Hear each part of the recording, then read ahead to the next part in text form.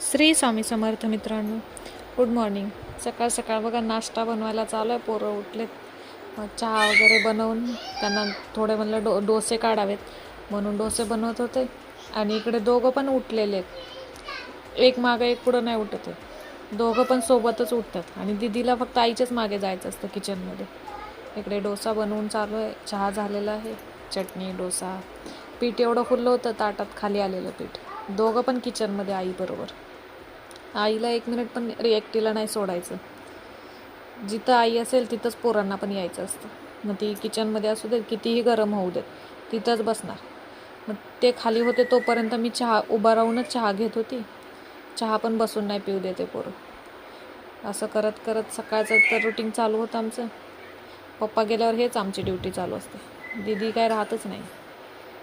इकडे आम्ही चाललेलो आहे अंगणवाडीत. तयारी झालेली आहे. आल्यावर दोघं पण बघा कसे झोपलेत अंगणवाडीत. आणि हे नंतरची मस्ती बघा आता. सकाळी कसं होतं आणि बेडशीट वगैरे काहीच नाही टाकून ठेवायचं आम्हाला बेडवर. सगळं खाली काढून टाकायचं. अशी पोरं मस्ती करतात बघा.